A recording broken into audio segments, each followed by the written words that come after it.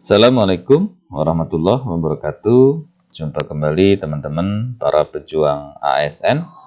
Hari ini kita akan masuk simulasi soal untuk P3K, kompetensinya tenaga kesehatan ya teman-teman. Kompetensi tenaga kesehatan untuk formasi jabatannya adalah perawat terampil. Jadi dalam formasi jabatan perawat terampil ini sudah di bagian ke-6 ya. Nah, ini bagian ke-6 teman-teman. Nah, bagian ke-6 ini akan ada sebanyak 80 soal. Nanti yang akan kita simulasikan. Jadi semua soal-soal sudah disesuaikan dengan materi pokok Menpan RB atau kisi-kisi dari Menpan RB. Oke, tidak berlama-lama kita langsung saja menuju ke simulasi soal yang pertama. Perawat mengetahui bahwa seorang pasien tidak memahami sepenuhnya konsekuensi dari prosedur medis yang disetujuinya. Prinsip yang harus diterapkan adalah A. Autonomy, B. Veracity, C. Justice, D. Informed Consent, atau E. Beneficence. Jawabannya adalah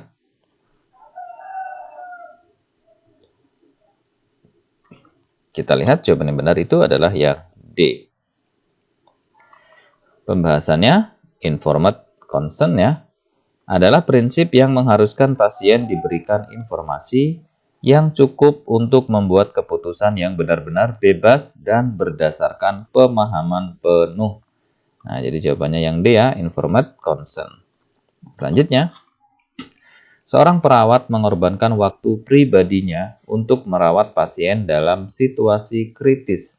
Meskipun tanggung jawabnya telah dialihkan kepada tim berikutnya, prinsip etika yang tercermin dalam tindakan ini adalah A. Justice, B. Beneficence, C. Fidelity, D. Non-maleficent ya, terus kemudian E. Veracity. Jawabannya adalah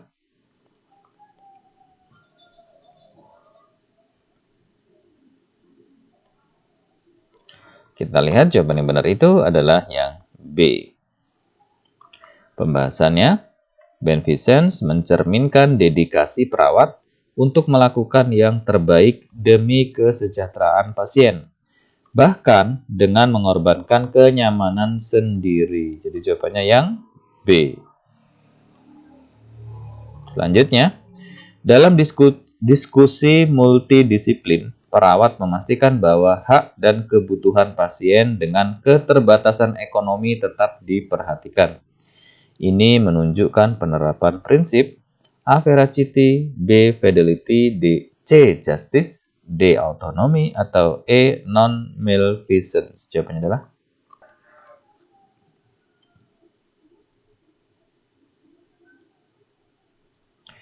kita lihat jawaban yang benar itu adalah yang C.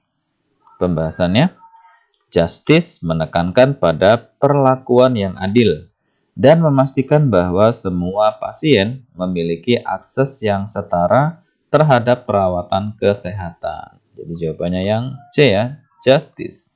Selanjutnya, perawat menghadapi pasien yang meminta untuk diberhentikan dari ventilator. Sebelum mengambil keputusan, perawat perlu mempertimbangkan prinsip A. Non-maleficent dan justice, B. Autonomy dan beneficent, C. Veracity dan fidelity, D. Justice dan veracity, atau E. Fidelity dan non-maleficence. Jawabannya adalah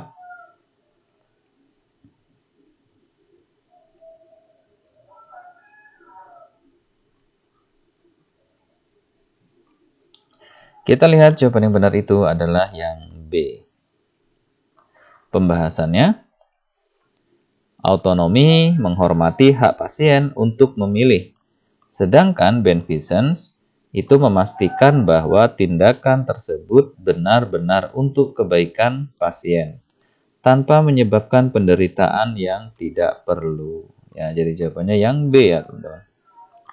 Selanjutnya, seorang perawat mendapati dirinya dalam konflik kepentingan karena diminta untuk mempromosikan produk medis tertentu kepada pasien tanpa bukti bahwa produk tersebut lebih unggul. Prinsip etika yang dilanggar jika perawat melakukannya adalah A. Autonomy, B. Veracity, C. Fidelity, D. Justice, atau E. Beneficence. Jawabannya adalah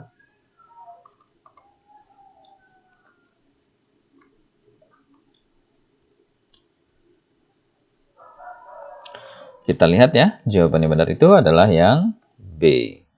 Pembahasan veracity adalah prinsip kejujuran dan integritas dalam memberikan informasi kepada pasien, sehingga konflik kepentingan ini melanggar etika profesional. Ya, jadi jawabannya yang B. Selanjutnya, ketika seorang perawat memberikan perawatan tanpa izin pasien, hal ini dapat dikategorikan sebagai A. Malpraktek, B. Kelalaian, C. Battery, D. Assault, atau E. Breach of confidentiality. Jawabannya adalah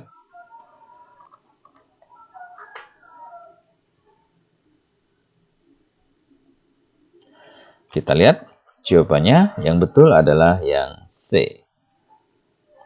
Pembahasannya, bakteri terjadi ketika seorang melakukan tindakan fisik tanpa persetujuan yang sah, bahkan jika niatnya baik. Ya, walaupun baik, tetap saja kalau tanpa izin itu melanggar.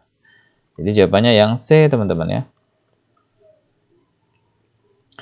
Selanjutnya, seorang perawat lalai memberikan obat sesuai jadwal, yang mengakibatkan pasien menderita komplikasi serius. Tindakan ini termasuk A. Assault, B. Negligence, C. Battery, D. Fraud, atau E. Defamation. Jawabannya adalah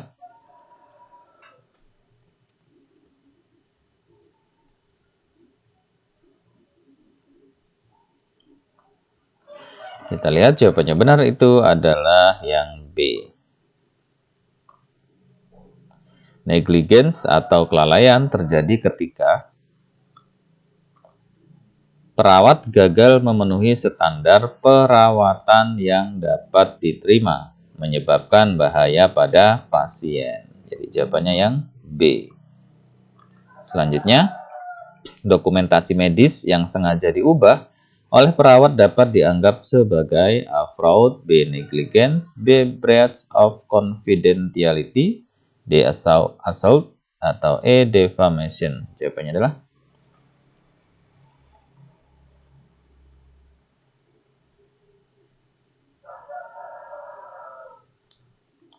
kita lihat jawaban yang benar itu adalah yang A. Pembahasannya, fraud terjadi ketika perawat dengan sengaja memberikan informasi yang tidak benar atau menyesatkan dalam dokumentasi medis. Jadi yang A ya. Selanjutnya, seorang pasien menuduh perawat melakukan tindakan yang tidak sesuai dengan standar praktik profesional. Kasus ini kemungkinan besar akan ditinjau berdasarkan A. Hukum pidana, B. Hukum perdata, C. Hukum administrasi, D. Hukum internasional, atau E. Hukum konstitusi. Jawabannya adalah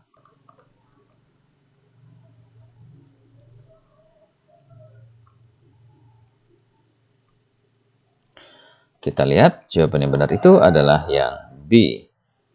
Pembahasannya, hukum perdata sering digunakan untuk menangani pelanggaran dalam praktik profesional, seperti malpraktik atau kelalaian. Jadi jawabannya yang B. Pembahasan selanjutnya, ketika perawat mengungkapkan informasi pasien kepada pihak ketiga tanpa izin, tindakan tersebut termasuk A. Assault, B. Battery, C. Breach of confidentiality, atau D. Negligence, E. Fraud. Jawabannya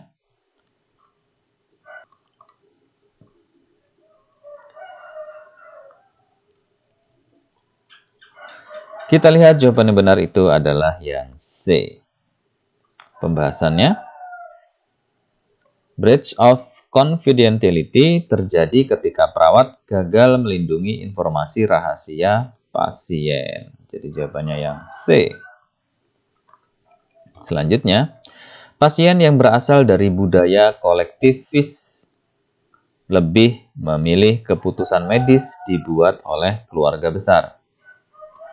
Pendekatan perawat adalah A. Menegaskan bahwa pasien harus membuat keputusan sendiri, B. Mengabaikan preferensi keluarga, C. Melibatkan keluarga dalam diskusi sesuai keinginan pasien, D. Mengarahkan pasien untuk berkonsultasi dengan dokter, atau E. Menolak memberikan informasi kepada keluarga.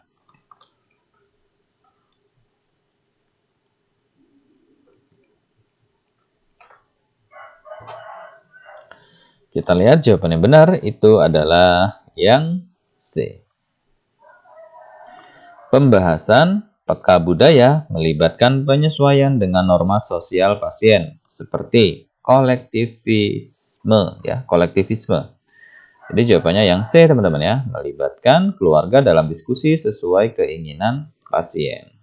Selanjutnya, dalam budaya tertentu rasa sakit dianggap sebagai ujian spiritual. Pendekatan terbaik adalah A. Menawarkan penghilang rasa sakit tanpa berdiskusi.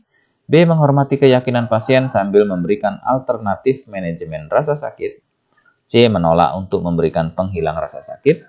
D. Mempromosikan pendekatan medis di atas keyakinan budaya. Atau E. Menyerahkan pasien kepada petugas spiritual.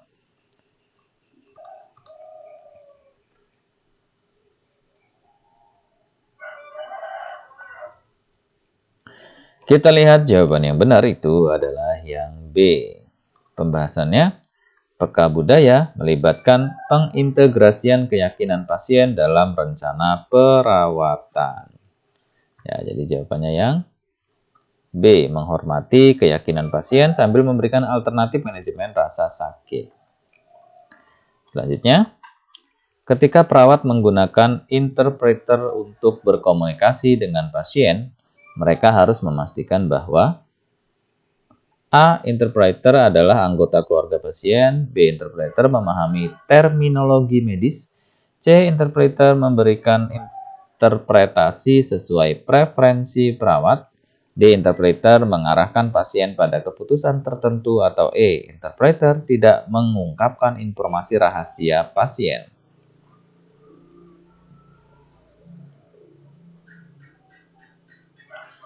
Kita lihat jawaban yang benar itu adalah yang B.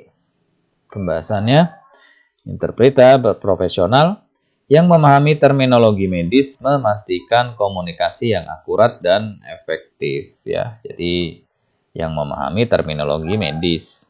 Selanjutnya, jika perawat memaksakan nilai budaya pribadinya kepada pasien, ini dikenal sebagai A. Cultural humility, B. Cultural imposition, C. Cultural competence, D. Cultural sensitivity, atau E. Cultural awareness. Jawabannya adalah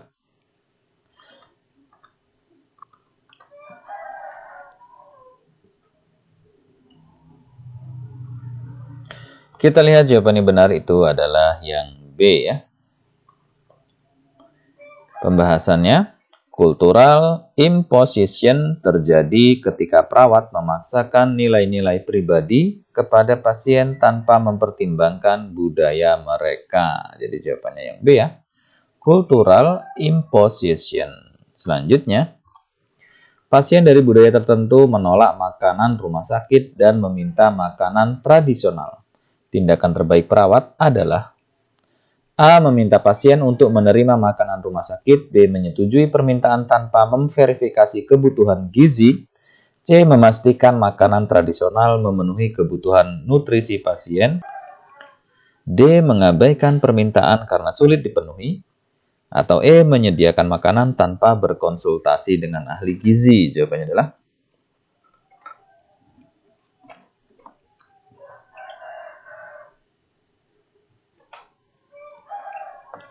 kita lihat ya, jawaban yang benar adalah yang C.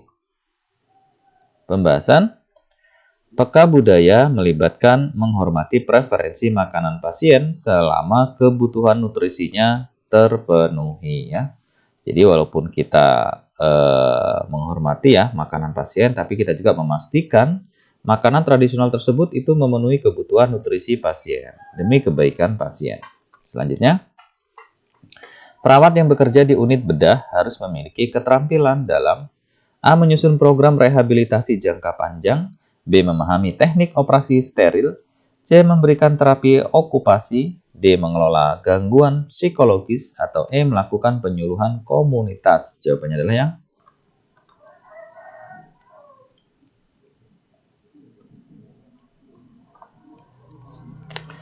kita lihat ya, jawaban yang benar itu adalah yang B. Pembahasan, keperawatan medikal bedah memerlukan keterampilan teknis seperti memahami prosedur steril untuk mencegah infeksi. Jadi jawabannya yang B.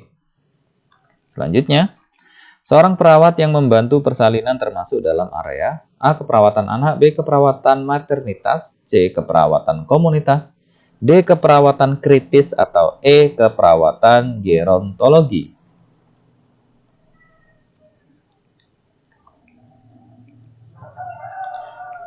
Kita lihat jawaban yang benar itu adalah yang B.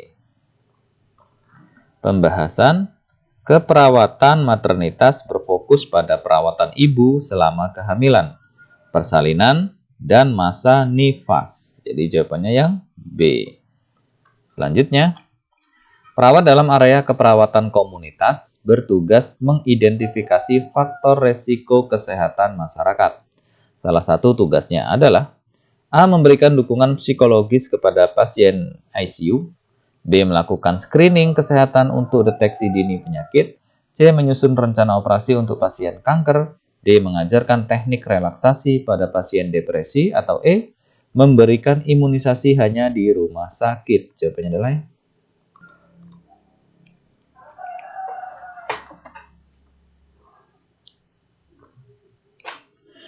kita lihat jawabannya adalah yang B. Pembahasan keperawatan komunitas melibatkan identifikasi faktor resiko untuk meningkatkan kesehatan masyarakat. Ya, jadi jawabannya adalah yang B ya. Jadi melakukan screening kesehatan untuk deteksi dini penyakit. Selanjutnya, perawat geriatri sering merawat pasien dengan demensia. Pendekatan yang peka terhadap kebutuhan pasien meliputi A. Mempercepat proses perawatan untuk meningkatkan efisiensi, B. Memberikan perintah yang rumit untuk menguji ingatan, C. Menyediakan lingkungan yang tenang dan mendukung, D. Menghindari komunikasi untuk mencegah kebingungan, atau E. Mengajarkan keterampilan baru yang kompleks. Jawabannya adalah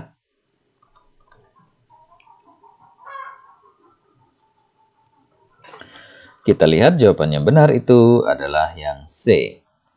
Keperawatan geriatri memerlukan pendekatan yang tenang untuk mendukung pasien dengan demensia.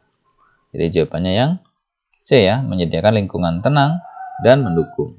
Selanjutnya, dalam keperawatan kesehatan jiwa, perawat yang mendampingi pasien dengan ide bunuh diri harus A. Menegur pasien karena pikirannya, B. Mengawasi pasien secara ketat dan mendukung emosionalnya, C. Memberikan obat tanpa diskusi, D. Menyuruh pasien untuk mengatasi masalahnya sendiri, atau E. Melibatkan pasien dalam aktivitas fisik tanpa mempertimbangkan kondisinya. Jawabannya adalah yang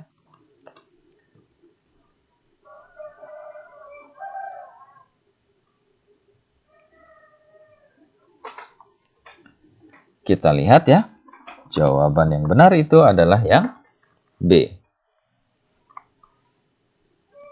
Pembahasan keperawatan kesehatan jiwa menekankan keselamatan pasien dengan resiko tinggi ya. Jadi kita mengawasi pasien secara ketat dan mendukung emosionalnya. Selanjutnya, ketika perawat kepala membuat rencana untuk menghadapi kekurangan staf saat libur panjang, fungsi manajerial yang diterapkan adalah A. Planning, B. Organizing, C. Directing, D. Controlling, atau E. Evaluating. Jawabannya adalah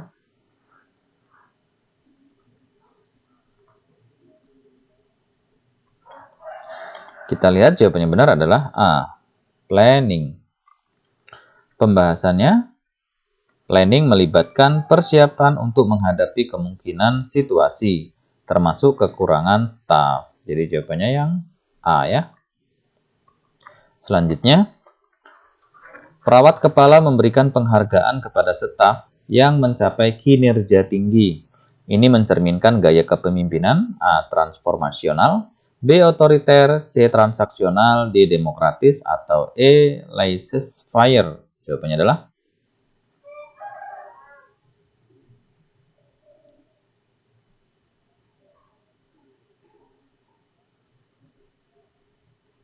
kita lihat jawaban yang benar adalah yang C. Pembahasan kepemimpinan transaksional berfokus pada penghargaan dan hukuman untuk memotivasi staf. Jadi jawabannya yang transaksional. Selanjutnya, perawat kepala melibatkan staf dalam pengambilan keputusan terkait perubahan prosedur kerja. Gaya kepemimpinan ini dikenal sebagai A. Otoriter, B. Demokratis, C. Laissez-faire, D. Transformasional, atau E. Situasional.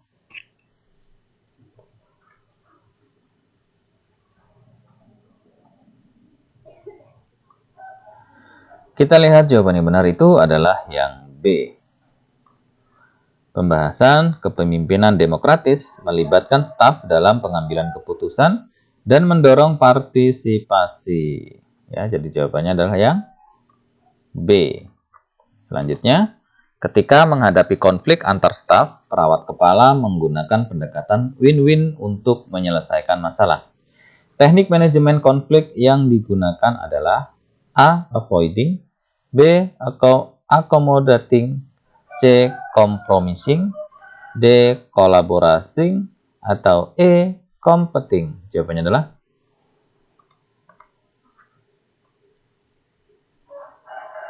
kita lihat jawaban yang benar itu adalah yang D ya. Pembahasannya, collaborating adalah pendekatan yang berfokus pada solusi win-win untuk memenuhi kebutuhan semua pihak. Jadi jawabannya yang D ya. Selanjutnya, perawat kepala menetapkan indikator kinerja utama atau KPI untuk mengevaluasi kualitas perawatan. Proses ini merupakan bagian dari A. Organizing, B. Directing, C. Evaluating, D. Controlling, atau E. Planning.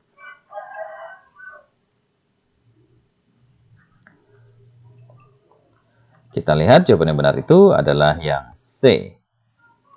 Pembahasan evaluating melibatkan pengukuran kinerja terhadap standar atau indikator tertentu.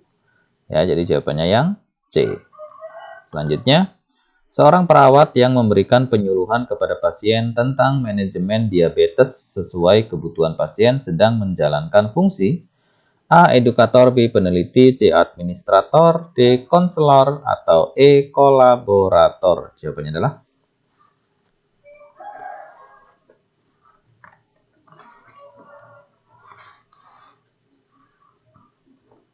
kita lihat jawaban yang benar itu adalah yang A. Pembahasan sebagai edukator, perawat memberikan informasi dan edukasi kepada pasien untuk meningkatkan pemahaman dan kepatuhan terhadap perawatan. Ya, jadi jawabannya yang A. Oke, selanjutnya. Dalam pelaksanaan penelitian keperawatan, langkah pertama yang harus dilakukan adalah A. Mengumpulkan data, B. Menentukan metode penelitian, C. Mengidentifikasi masalah penelitian, D. Melakukan analisis data, atau E. Melaporkan hasil penelitian. Jawabannya adalah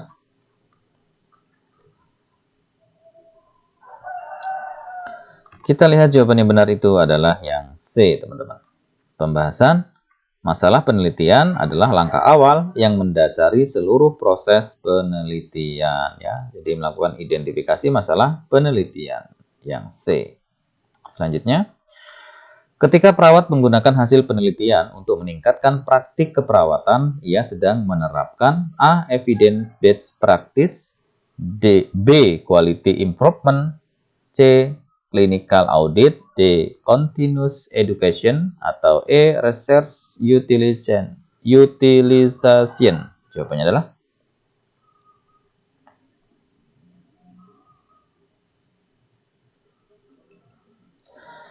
kita lihat jawaban yang benar adalah yang A. Pembahasan evidence-based practice adalah penggunaan hasil penelitian terkini untuk meningkatkan kualitas perawatan. Ya, jadi jawabannya adalah yang A ya, evidence-based practice. Selanjutnya, seorang perawat yang menyusun modul pelatihan untuk staf baru sedang menjalankan fungsi A. Peneliti, B. Edukator, C. Administrator, D. Advokat, atau E. Evaluator.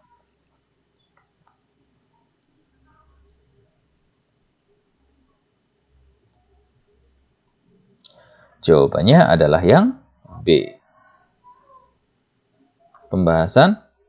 Sebagai edukator, perawat bertanggung jawab menyusun materi pelatihan untuk meningkatkan kompetensi staf. Ya, jadi yang B ya, teman-teman. Selanjutnya, dalam penelitian keperawatan, penggunaan kuesioner untuk mengumpulkan data termasuk dalam metode A. Observasi langsung, B. Dokumentasi, C. Wawancara mendalam, D. Survei, atau E. Studi kasus.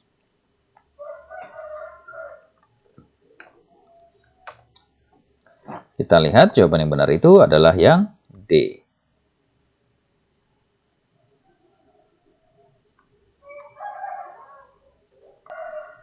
Pembahasan. Kuesioner adalah alat yang umum digunakan dalam survei untuk mengumpulkan data dari responden. Ya, jadi jawabannya yang D. Selanjutnya, seorang perawat yang meninjau dan meningkatkan kebiasaan kerjanya secara berkala sedang menerapkan prinsip A. Professional reflection, B. Emotional intelligence, C. Leadership, D. Delegation, atau E. Critical thinking. Jawabannya adalah yang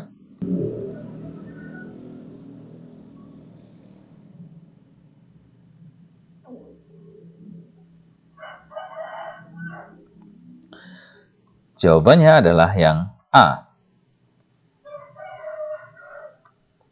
Pembahasan refleksi profesional melibatkan evaluasi diri untuk meningkatkan praktik keperawatan. Ya, jadi jawabannya adalah professional reflection. Selanjutnya, dalam mengembangkan kualitas profesional, perawat harus fokus pada A. Peningkatan kinerja individu dan tim, B.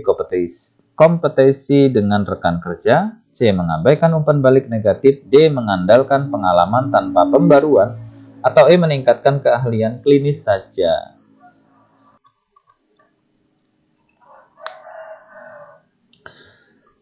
Kita lihat jawaban yang benar itu adalah yang A. Pembahasan pengembangan profesional mencakup perbaikan kinerja individu dan kontribusi terhadap keberhasilan tim. Ya, jadi jawabannya yang A ya, peningkatan kinerja individu dan tim. Selanjutnya, ketika perawat memberikan mentoring kepada staf junior, mereka sedang mengembangkan A. Supervisory skills, B. Leadership skills, C. Teaching skills, D. Emotional regulation, atau E. Team building. Jawabannya adalah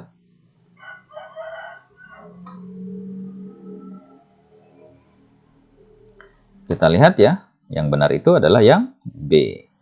Pembahasan mentoring adalah bagian dari pengembangan kepemimpinan, di mana perawat membantu pengembangan staf junior. Ya, jadi maksudnya adalah di leadership skills. Oke, selanjutnya. Kemampuan untuk menghadapi tekanan kerja dengan tetap tenang mencerminkan A. Emotional resilience, B. Professionalism, C. Accountability, D. Integrity, atau E. Collaboration.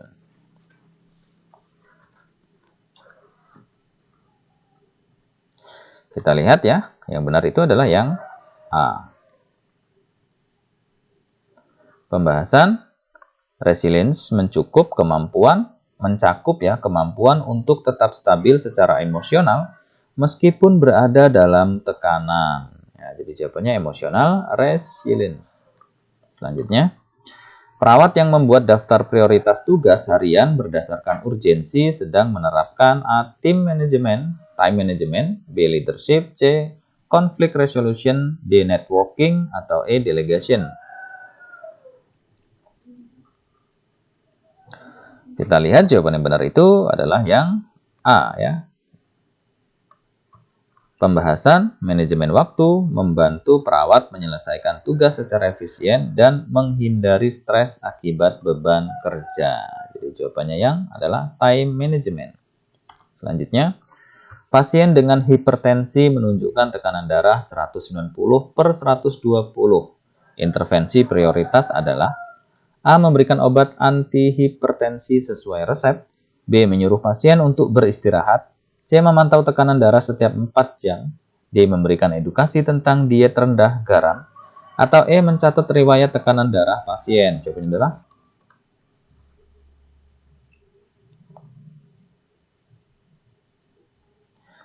Kita lihat jawaban yang benar itu adalah yang A ya teman-teman. Pembahasannya, tekanan darah yang sangat tinggi membutuhkan penanganan segera untuk mencegah komplikasi seperti stroke. Ya, jadi jawabannya yang A ya. Jadi memberikan obat antihipertensi sesuai resep. Selanjutnya, seorang pasien dengan luka bakar derajat 2 pada 30% tubuhnya membutuhkan A. Kompres dingin untuk mengurangi inflamasi. B. Pemberian cairan intravena untuk mencegah shock hipovolemik. C. Antibiotik topikal untuk mencegah infeksi. D. Perban steril kering pada semua area luka. Atau E. Pemberian analgesik oral untuk mengurangi nyeri.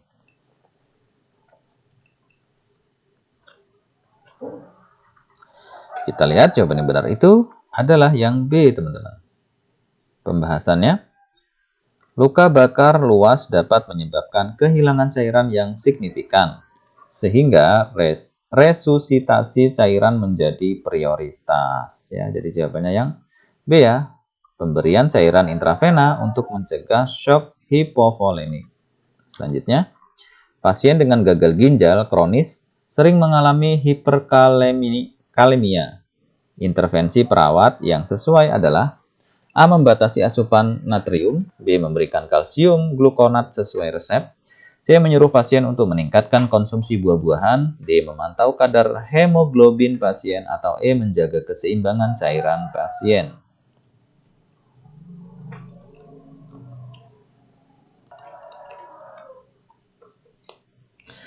Kita lihat ya, yang benar itu adalah yang B. Kalsium glukonat diberikan untuk melindungi jantung dari efek hiperkalemia.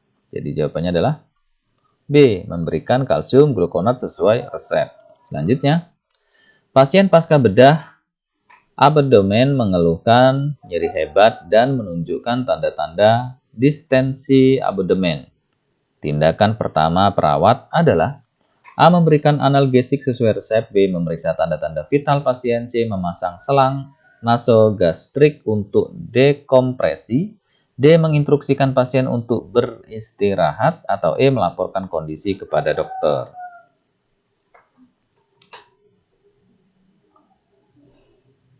Kita lihat jawaban yang benar itu adalah yang E.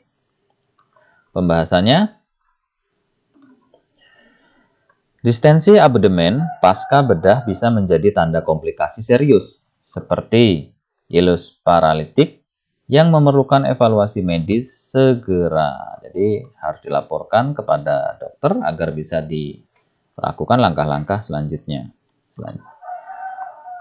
Kemudian soal berikutnya, pasien dengan sirosis hati sering menunjukkan asites. Tindakan yang sesuai adalah A. Membatasi asupan cairan. B. Memberikan diuretik sesuai perintah dokter. C. Meningkatkan konsumsi natrium. D. Memberikan cairan intravena secara bebas. Atau E. Menghindari pengukuran lingkar perut. Jawabannya adalah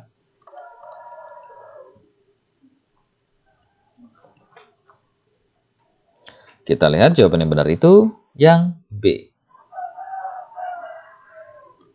Pembahasan diuretik membantu mengurangi penumpukan cairan dalam rongga perut pada pasien dengan asites. Jadi jawabannya yang B ya. Memberikan diuretik sesuai perintah dokter. Selanjutnya, pasien hamil trimester kedua melaporkan kontraksi ringan yang tidak teratur. Ini kemungkinan besar menunjukkan A. Persalinan prematur. B. Kontraksi Braxton Hicks. C. Abruptio placenta. D. Preeklampsia ringan. Atau E. Tanda awal keguguran.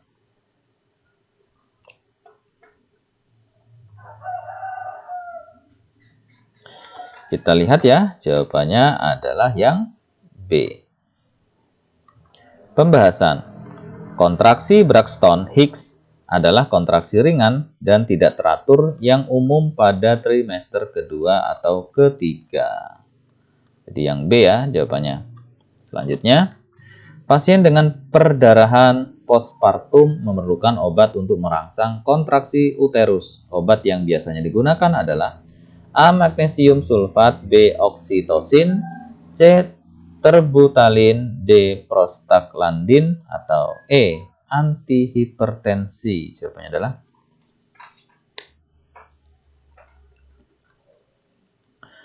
kita lihat ya, yang benar itu adalah yang B. Oksitosin digunakan untuk merangsang kontraksi uterus dan mengontrol perdarahan postpartum. Jadi jawabannya yang B, oksitosin. Selanjutnya, pasien dengan riwayat hipertensi kronis saat hamil memerlukan pemantauan ketat terhadap A. Kadar hemoglobin, B. Fungsi ginjal, C. Kadar kalsium darah, D. Suhu tubuh, atau E. Tingkat glukosa darah.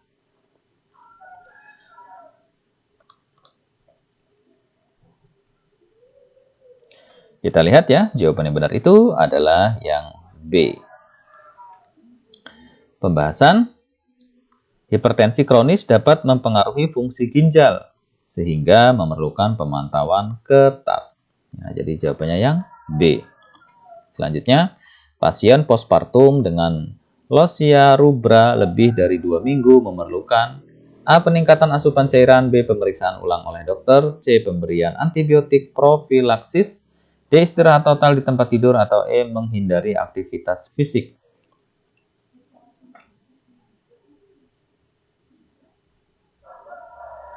Kita lihat jawaban yang benar itu adalah yang B. Pembahasan, logia rubra yang berkepanjangan dapat menjadi tanda komplikasi postpartum, seperti infeksi atau retensi plasenta. Ya, jadi jawabannya yang B. Pemeriksaan ulang oleh dokter. Selanjutnya, pasien dengan ruptur uteri memerlukan tindakan darurat berupa A. Pemberian oksitosin untuk merangsang kontraksi, B. Resusitasi cairan intravena segera, C. Bedah eksplorasi darurat, D. Penggunaan antibiotik spektrum luas, atau E. Pemantauan tanda vital setiap jam.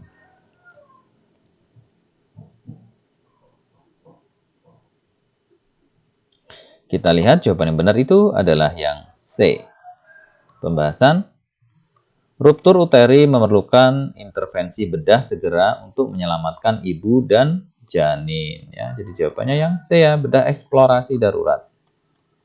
Selanjutnya, apakah pertama dalam melakukan asuhan keperawatan anak dengan demam tinggi? Langkah pertama ya, melakukan asuhan keperawatan anak dengan demam tinggi. A. Memberikan antipiretik sesuai dosis, B. Melakukan pengkajian suhu tubuh secara menyeluruh, C. Mengkompres kepala dengan air dingin, D. Memberikan cairan elektrolit oral, atau E. Menempatkan anak di ruangan ber-AC.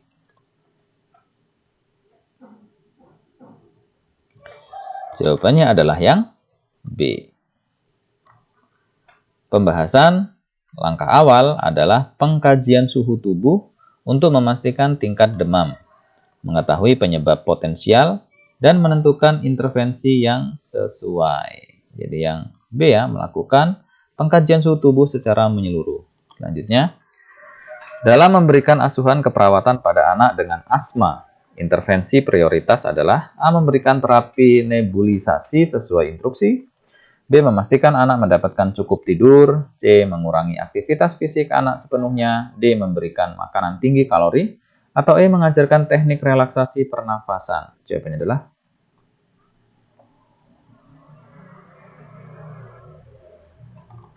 kita lihat jawaban yang benar itu adalah yang A. Pembahasannya, terapi nebulisasi membantu meredakan obstruksi saluran napas dengan cepat. Menjadi prioritas utama pada anak dengan serangan asma akut. Ya, jadi jawabannya yang A. Memberikan terapi nebulisasi sesuai instruksi. Selanjutnya, apa pendekatan komunikasi yang paling efektif untuk anak usia prasekolah selama prosedur medis? A. Memberikan penjelasan mendetail seperti kepada orang dewasa, B. Menggunakan bahasa sederhana dan alat bantu visual, C. Menginstruksikan anak untuk diam tanpa penjelasan tambahan, D. Memberikan penjelasan teknis agar anak memahami kondisi medisnya, atau E. Tidak memberikan penjelasan untuk menghindari kecemasan.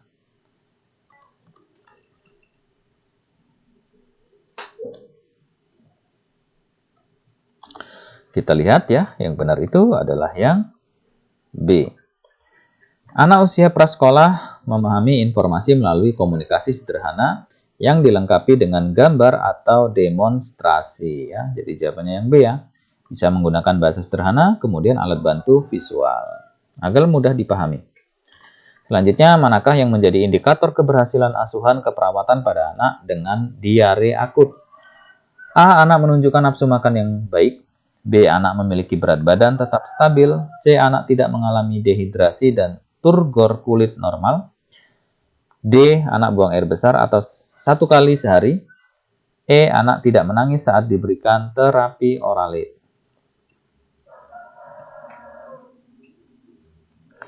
Kita lihat jawaban yang benar itu adalah yang C. Pembahasannya, indikator utama keberhasilan asuhan pada diare akut adalah mencegah dehidrasi yang ditunjukkan oleh turgor kulit normal ya. Jadi jawabannya yang C, teman-teman. Anak tidak mengalami dehidrasi dan turgor kulit normal. Selanjutnya, pada anak dengan kejang demam, tindakan prioritas keperawatan adalah A. Memberikan antipiretik dengan cepat. B. Memastikan jalan napas tetap terbuka.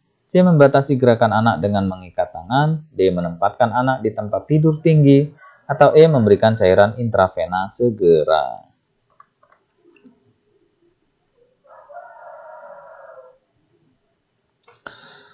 Jawabannya yang benar itu yang B.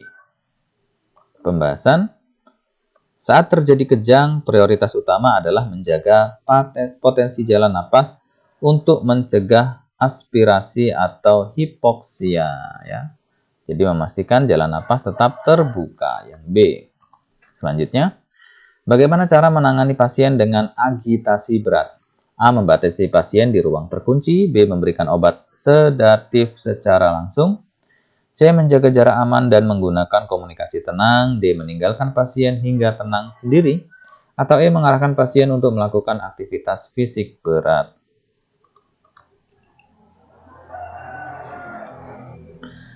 Kita lihat jawaban yang benar itu yang C. Pembahasan, komunikasi tenang dan jarak aman membantu meredakan agitasi tanpa memperburuk kondisi pasien. Jadi menjaga jarak aman dan menggunakan komunikasi tenang. Yang C. Selanjutnya, apa tujuan utama dari terapi aktivitas kelompok pada pasien dengan gangguan jiwa? A. Mempercepat proses penyembuhan medis. B. Meningkatkan keterampilan sosial dan komunikasi.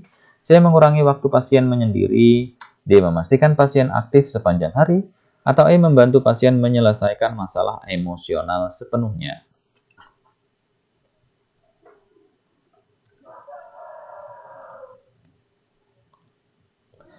Kita lihat jawaban yang benar itu yang B ya, teman-teman.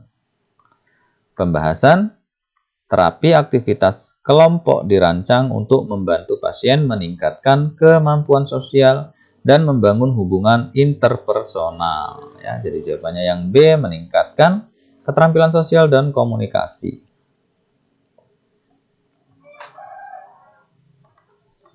Selanjutnya, manakah yang merupakan indikator keberhasilan dalam menangani pasien dengan isolasi sosial? A. Pasien mengurangi interaksi dengan perawat. B. Pasien mulai berpartisipasi dalam aktivitas kelompok. C. Pasien memilih untuk tinggal di kamar sepanjang hari. D. Pasien berbicara lebih banyak dengan dirinya sendiri. Atau E. Pasien tidak lagi memerlukan obat antidepresan. Jawabannya adalah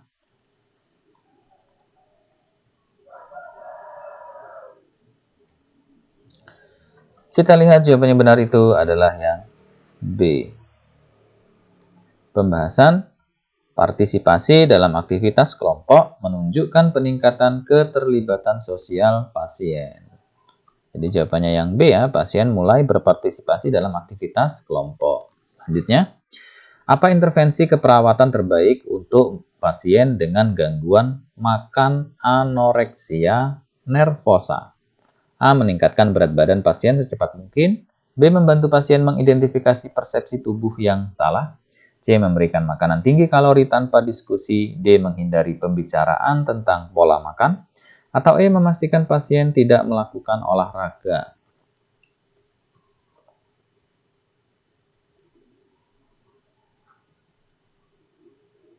Kita lihat jawaban yang benar adalah yang B. Pembahasan, Persepsi tubuh yang salah adalah inti masalah anoreksia nervosa. Intervensi fokus pada persepsi membantu pasien memahami kondisinya ya. Jadi jawabannya ada yang B ya. Kita bantu pasien untuk mengidentifikasi persepsi tubuh yang salah.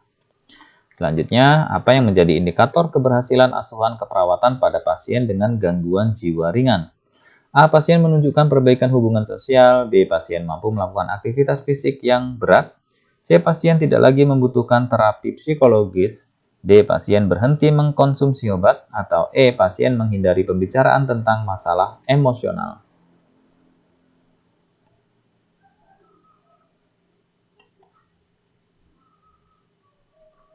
Kita lihat jawaban yang benar itu adalah yang A. Pembahasannya, hubungan sosial yang lebih baik adalah indikator penting dari pemulihan pada gangguan jiwa ringan. Ya. Jadi yang A ya, pasien itu menunjukkan perbaikan hubungan sosial. Selanjutnya, intervensi apa yang paling tepat dilakukan pada komunitas dengan angka kasus hipertensi yang tinggi? A. Mengedukasi masyarakat tentang diet rendah garam. B. Memberikan pengobatan langsung kepada pasien hipertensi. C. Membatasi aktivitas fisik masyarakat. D. Menghapuskan konsumsi kopi di komunitas. Atau E. Meningkatkan jumlah fasilitas kesehatan. Jawabannya adalah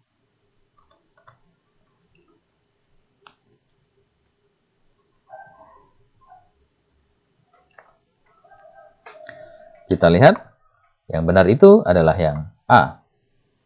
Pembahasan edukasi mengenai diet rendah garam adalah langkah preventif yang efektif untuk mengurangi resiko komplikasi hipertensi. Ya, jadi bisa melakukan edukasi ya kepada masyarakat tentang diet rendah garam. Nah, ini merupakan salah satu bentuk langkah preventif ya atau pencegahan. Selanjutnya, apa pendekatan terbaik untuk meningkatkan partisipasi masyarakat dalam program kesehatan? A. Menggunakan pendekatan otoriter dari pemerintah. B. Melibatkan masyarakat dalam perencanaan dan pelaksanaan program. C. Memberikan hadiah kepada masyarakat yang berpartisipasi. D. Memaksa masyarakat untuk mengikuti program. Atau E. Mengandalkan tenaga kesehatan saja tanpa melibatkan masyarakat.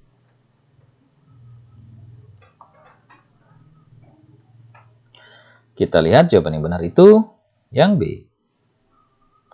Pembahasan partisipasi aktif masyarakat dalam program kesehatan meningkatkan rasa memiliki dan keberlanjutan program tersebut ya. Jadi jawabannya B, melibatkan masyarakat dalam perencanaan dan pelaksanaan program. Selanjutnya, apa yang menjadi prioritas dalam pengelolaan limbah domestik di komunitas pedesaan?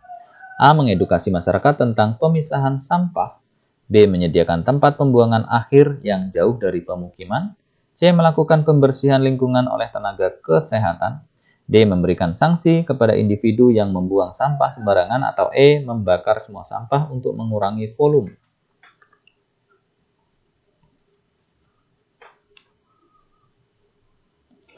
Kita lihat yang benar itu yang A. Pembahasan pemisahan sampah adalah langkah awal dalam pengelolaan limbah yang efektif dan ramah lingkungan ya. Jadi bisa melakukan edukasi kepada masyarakat tentang pemisahan sampah. Selanjutnya, apa yang harus dilakukan perawat komunitas dalam menangani kasus HIV/AIDS di masyarakat? A. Mengisolasi individu dengan HIV/AIDS. B. Memberikan edukasi tentang pencegahan penularan HIV/AIDS. C. Mengurangi interaksi pasien HIV/AIDS dengan masyarakat. D. Menyediakan fasilitas kesehatan khusus untuk pasien. Atau E. Menghindari diskusi tentang HIV/AIDS agar masyarakat tidak takut.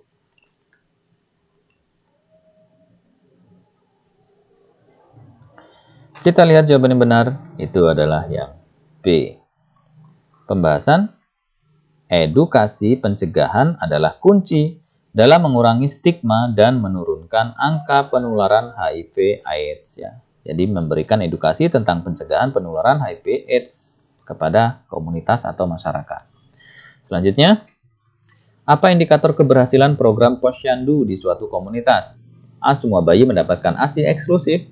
B. Peningkatan jumlah kunjungan ke posyandu. C. Penurunan angka kematian bayi dan balita. D. Semua ibu menerima imunisasi tetanus. E. Tidak ada laporan penyakit pada balita.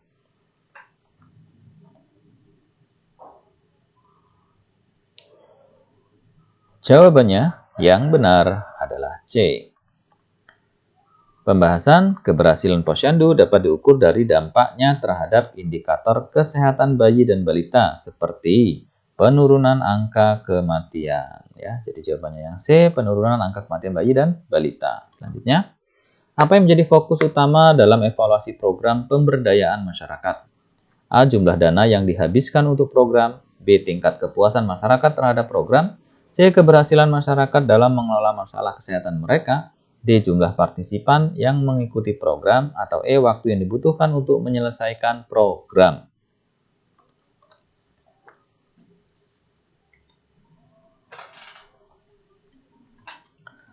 Kita lihat jawaban yang benar itu adalah yang C.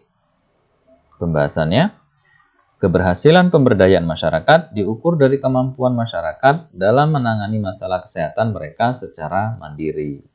Jadi keberhasilan masyarakat dalam mengelola masalah kesehatan mereka sendiri.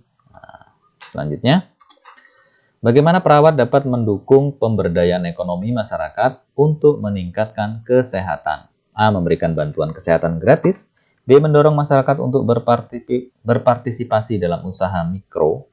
C. Mengatur program kesehatan berbasis subsidi. D. Menyediakan pinjaman untuk pengobatan. Atau E. Mengurangi biaya layanan kesehatan masyarakat. Jawabannya adalah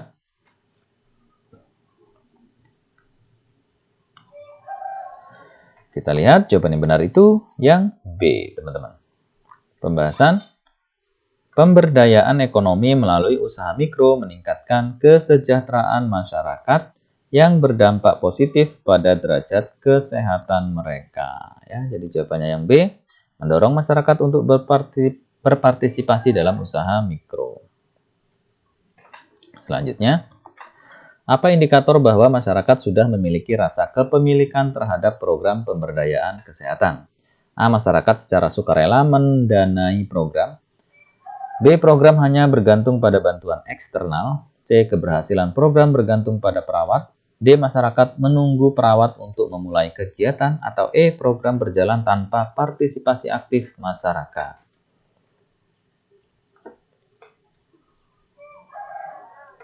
Kita lihat jawaban yang benar itu yang A ya.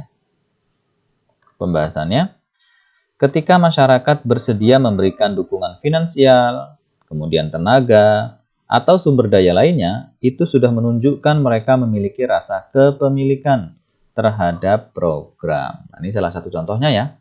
Jadi masyarakat itu sudah secara sukarela dia memberikan uang ya atau memberikan pendanaan terhadap program kesehatan di komunitas tersebut. Selanjutnya, apa yang harus dilakukan perawat jika program pemberdayaan tidak mencapai target awalnya? A. Menyalahkan masyarakat atas kegagalan tersebut. B. Melakukan evaluasi bersama masyarakat untuk mengidentifikasi kendala.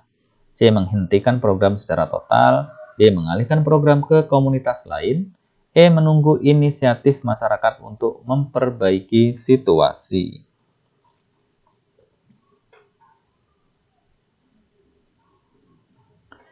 Kita lihat yang benar itu yang B, teman-teman. Nah, pembahasan evaluasi bersama memungkinkan identifikasi masalah dan perbaikan program sesuai kebutuhan masyarakat. Jadi bisa melakukan kegiatan evaluasi bersama masyarakat. Tentunya untuk melakukan identifikasi kendalanya apa. Sehingganya bisa dilakukan langkah-langkah perbaikan selanjutnya. Jadi yang B. Soal berikutnya, apa pendekatan yang dapat dilakukan perawat untuk meningkatkan kesadaran generasi muda dalam pemberdayaan kesehatan?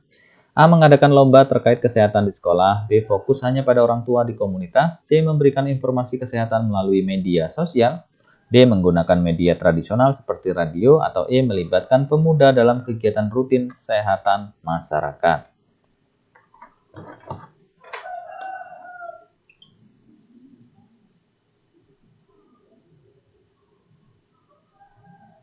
Jawabannya adalah yang E. Kita lihat pembahasan. Melibatkan generasi muda dalam kegiatan kesehatan, menciptakan kesadaran dini, dan meningkatkan partisipasi mereka dalam program pemberdayaan. Ya, jadi jawabannya yang E. Melibatkan pemuda dalam kegiatan rutin kesehatan masyarakat. Selanjutnya, Apa tujuan utama dari promosi kesehatan dalam pemberdayaan masyarakat? A. Mengurangi jumlah kunjungan ke fasilitas kesehatan. B. Membantu masyarakat memahami dan menerapkan gaya hidup sehat. C. Menghilangkan semua penyakit di komunitas. D. Memberikan obat-obatan gratis kepada masyarakat.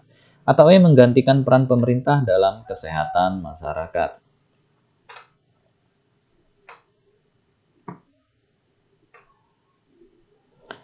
Jawabannya benar adalah yang B.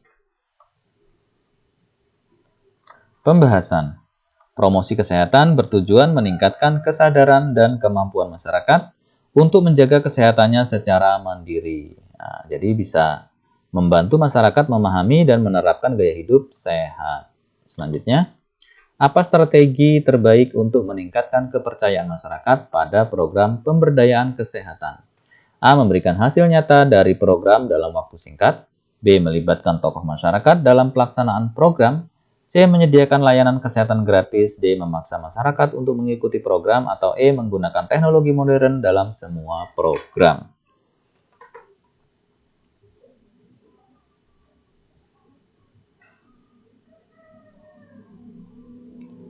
Kita lihat jawabannya yang benar itu adalah yang B. Pembahasan tokoh masyarakat memiliki pengaruh besar dalam membangun kepercayaan masyarakat terhadap program yang dilaksanakan. Ya, jadi jawabannya yang B ya. Melibatkan tokoh masyarakat dalam pelaksanaan program. Selanjutnya, apa peran keluarga dalam mendukung pemberdayaan kesehatan masyarakat? A. Menunggu perawat, memberikan arahan. B. Mengabaikan masalah kesehatan individu. C. Mengarahkan masyarakat untuk bergantung pada tenaga kesehatan. D. Membiarkan perawat mengelola program sepenuhnya. Atau E. Menjadi contoh penerapan perilaku hidup bersih dan sehat.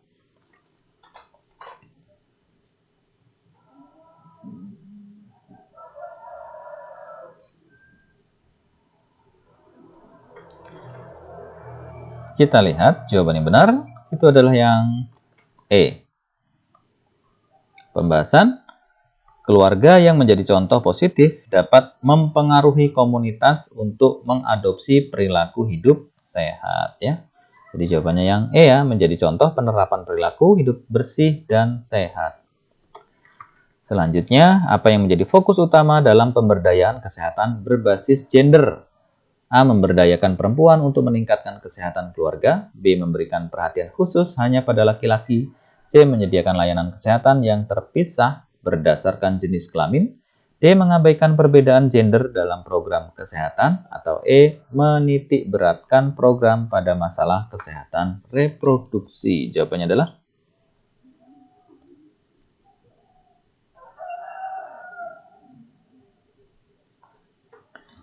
kita lihat yang benar itu adalah yang A ya. Pembahasan perempuan seringkali berperan penting dalam pengelolaan kesehatan keluarga, sehingga pemberdayaan mereka berdampak signifikan. Jadi memberdayakan perempuan untuk meningkatkan kesehatan keluarga, yang A ya. Selanjutnya, bagaimana perawat dapat memastikan keberlanjutan pemberdayaan kesehatan masyarakat setelah program selesai? A. Menyerahkan semua tanggung jawab kepada pemerintah. B. Membentuk kelompok masyarakat mandiri yang berkelanjutan. C. Meninggalkan masyarakat tanpa evaluasi. D. Mengalihkan perhatian pada komunitas lain. Atau E. Menghapus program jika tidak ada dukungan eksternal.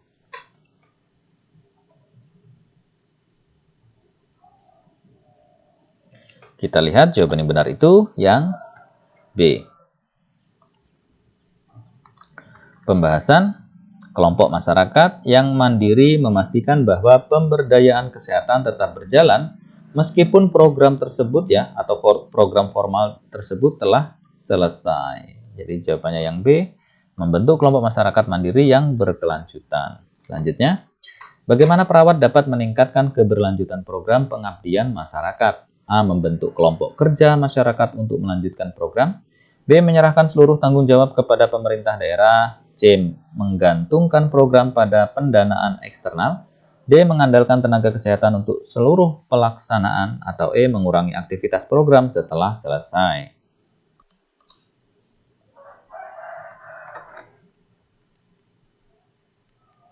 Kita lihat jawaban yang benar itu yang A. Pembahasannya, kelompok kerja masyarakat dapat mengelola dan melanjutkan program secara mandiri setelah program formal selesai. Ya, jadi membentuk kelompok kerja masyarakat untuk melanjutkan program. Selanjutnya, apa yang menjadi prioritas utama dalam program pengabdian untuk mengurangi angka stunting di masyarakat? A. Memberikan makanan tambahan tanpa edukasi. B. Melakukan screening status gizi pada balita. C. Mengedukasi orang tua tentang pentingnya gizi seimbang. D. Memberikan imunisasi massal kepada anak-anak. E. Meningkatkan konsumsi vitamin tanpa pemantauan. Jawabannya adalah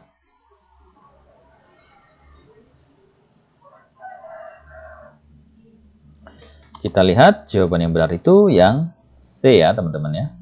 Pembahasan edukasi tentang gizi seimbang adalah langkah penting untuk pencegahan stunting secara berkelanjutan. Jadi jawabannya yang C, melakukan edukasi kepada orang tua ya tentang pentingnya gizi seimbang.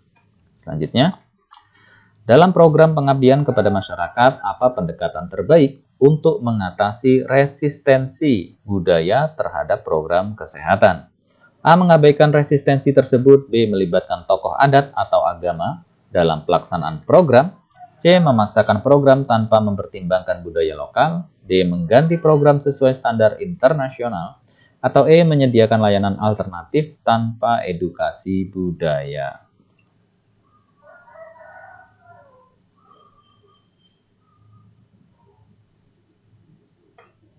Kita lihat jawaban yang benar itu yang B. Pembahasan, tokoh adat atau agama memiliki pengaruh besar dalam komunitas dan dapat membantu menjembatani resistensi budaya. Ya, jadi yang B teman-teman, bisa melibatkan tokoh adat atau agama dalam pelaksanaan program. Selanjutnya, apa yang menjadi fokus utama dalam program pengabdian kesehatan berbasis gender?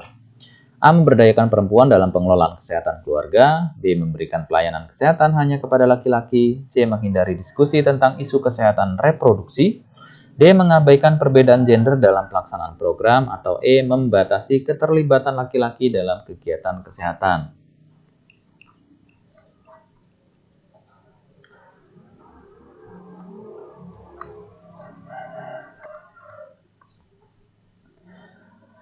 Kita lihat jawaban yang benar itu yang A ya.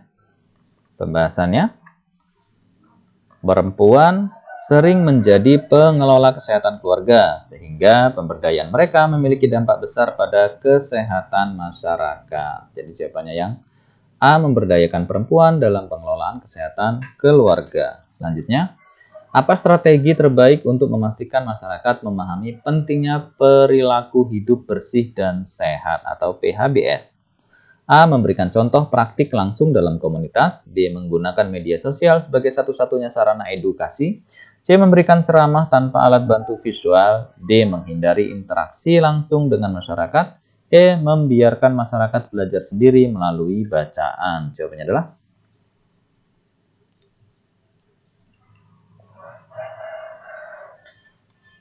kita lihat jawaban yang benar itu adalah yang A ya teman-teman. Pembahasannya, praktik langsung membantu masyarakat memahami dan mengaplikasikan konsep PHBS ya, atau perilaku hidup bersih dan sehat dalam kehidupan sehari-hari. Jadi jawabannya yang A ya, memberikan contoh praktik langsung dalam komunitas. Selanjutnya, apa indikator keberhasilan program pengabdian kesehatan lingkungan? A. Peningkatan jumlah tenaga kebersihan di wilayah tersebut.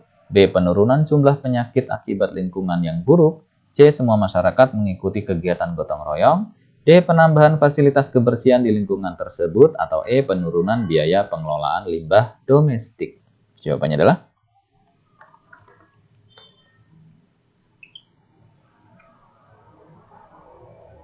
kita lihat yang benar itu adalah yang B ya teman-teman.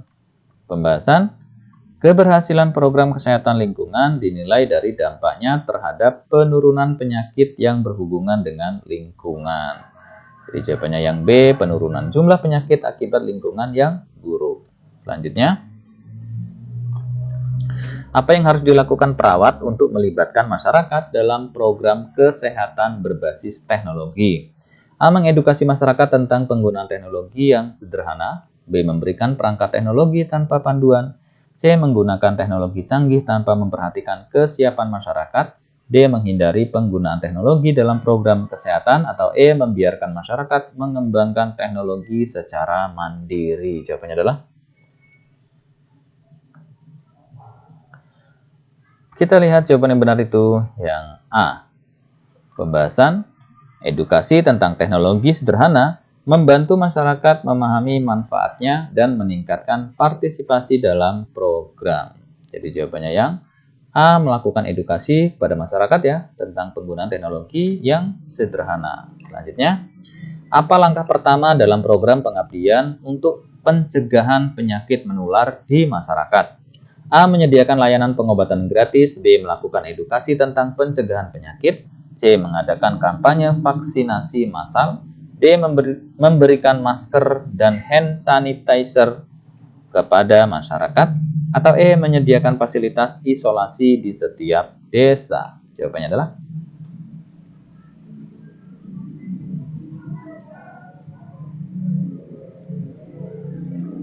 kita lihat yang benar itu yang B, teman-teman.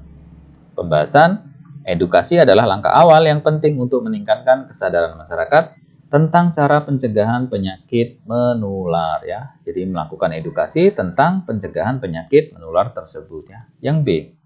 Selanjutnya, apa yang harus dilakukan perawat untuk memastikan keberlanjutan program pengabdian di daerah pedesaan?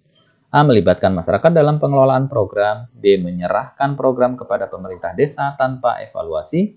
C. Menggunakan dana program untuk membangun fasilitas kesehatan. D. Mengurangi lingkup program untuk meminimalkan biaya. Atau E. Menjadwalkan ulang program setiap tahun. Jawabannya adalah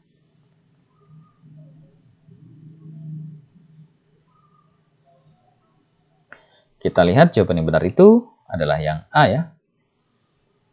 Pembahasan keterlibatan masyarakat dalam pengelolaan memastikan program dapat berjalan secara mandiri dan berkelanjutan. Ya, jadi jawabannya yang A, melibatkan masyarakat dalam pengelolaan program. Selanjutnya, apa fokus utama dalam program pengabdian kepada masyarakat untuk meningkatkan kesehatan remaja? A. Memberikan edukasi tentang kesehatan reproduksi. B. Menyediakan layanan pengobatan gratis bagi remaja. C. Menghindari diskusi tentang isu kesehatan mental. D. Membatasi aktivitas sosial remaja di luar rumah. Atau E. Meningkatkan akses ke teknologi kesehatan canggih. Jawabannya adalah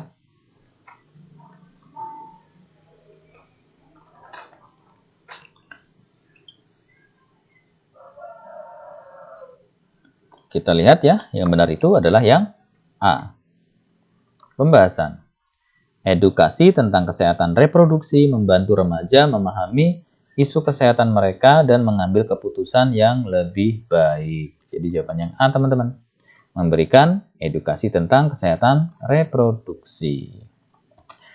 Nah, teman-teman, demikianlah ya simulasi soal atau contoh soal sebanyak 80 yang sudah kita simulasikan tadi. Mudah-mudahan contoh-contoh tadi itu memberikan pemahaman dan memberikan pengetahuan yang lebih, sehingganya memudahkan teman-teman saat ujian nanti. Dan pada akhirnya hasil yang baik itu dikarenakan usaha yang baik. Terima kasih, semoga sukses. Jangan berhenti belajar, terus belajar dan berusaha. Sampai jumpa di pembahasan soal berikutnya. Assalamualaikum warahmatullahi wabarakatuh. Salam.